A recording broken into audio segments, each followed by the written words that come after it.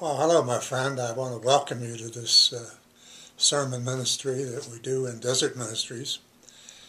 And it's a new form that some people have helped us do. In the old days, we just sent out a written manuscript, which is available, I understand, also. And then we went into cassettes. You know, this whole technological field changes quickly. But I'm delighted to welcome you and hope that this touches your life.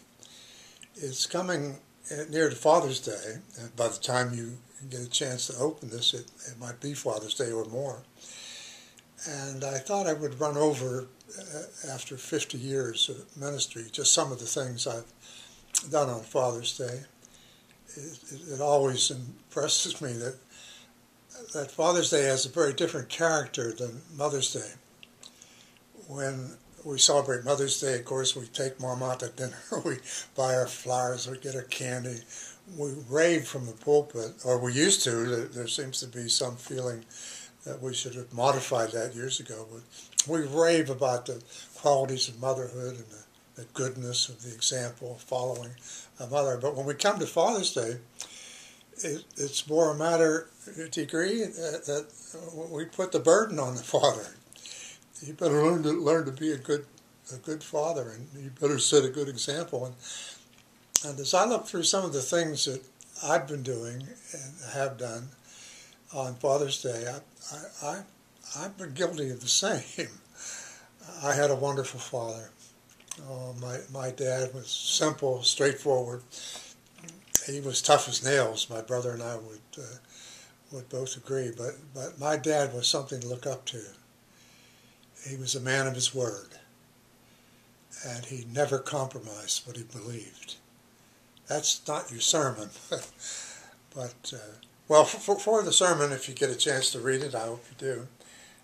The scripture we chose is one that will be familiar to people who know the Bible, and it's way back in Deuteronomy 4. Remember now, Deuteronomy is part of the Torah, one of the first 5 books of the Bible, the books of law. They're called the Pentateuch, if you follow it in Greek. And Moses, while he probably didn't write it, most of this dates to the time of Moses and his advice given by God.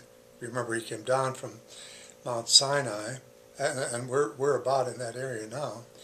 He came down from Mount Sinai, and God had given him the 10 Commandments, which still are good enough to live your life by today. But this passage is for all parents, and if you don't have children, it's for nieces and nephews, or it's for your general witness to the coming generation.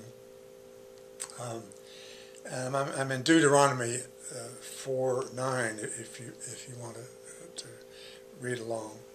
Only take heed, it says, and keep your soul diligently, lest you forget what your eyes have seen, unless they depart from your heart all the days of your life.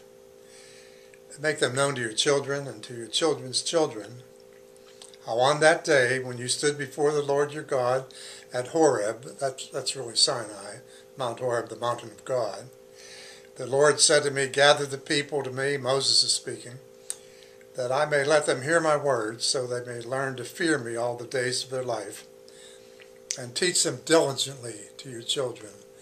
And everywhere you go, it says in another portion of the book, just wrap them around your children as you would a loving comforter, to protect them, not from the cold of the wind, but to protect them from the wiles of the evil one, as St. Paul called it. Well, you can read more of the Bible there. I guess the point I want to make quietly is you should be thinking yourself, if you're a father particularly, but all of us, what kind of example are we setting? It's harder to answer what kind of example our whole society sets for the generation coming on. I sometimes get afraid that we're losing a whole lot of things that are precious and irreplaceable. And that's kind of scary. But here's the little sermon, if you like sermons. If you don't, then we'll get to you some other time. I just returned from California, a long plane trip. I live in Charlotte, North Carolina now. A long plane trip, and there's a lot to think about and a lot to do when you're on a plane. But I remember the stewardess saying, they don't call them stewardess anymore, it's a flight attendant. But she, from her script, was reading, you know, when the oxygen mask comes down, if somehow the cabin pressure should fall, you take it, you put it over your mouth, and you put the strap around your head. If you've ever been on a flight, you've heard it all. And then she says, which I've noticed before, but I remember this time, 4 times, we've run 4 different planes. She says, before you take care of someone else, take care of your own mask. Are you listening? Before you reach out to your children or to the needy or to a loved one or to your parents or siblings, whatever, take heed to yourself is the way Moses wrote it. Because you're no good to anybody if you don't have yourself under control. That's where it starts. So your children will catch on, if you have children, to who you are. You can't fool your children. You sure can't fool your wife. And wives, you don't even fool your husbands, but you know what I mean. So be someone in your soul and your integrity and in what you believe and in what you do. Don't compromise yourself. My dad used to say, you have nothing left at all worth keeping. So take heed to yourself so that if someone comes up to you, a child, a friend, a parent, a sibling, anybody, they'll say, that's someone I want to be like. There's something genuine. That's the word. Something authentic. So Moses says in Deuteronomy, take care of yourself. And then once you do, the Lord will take care of the rest. People will see who you are. And you don't have to teach or preach, though I'm a preacher by trade. But you know what I mean? You don't have to beat them over the head with it.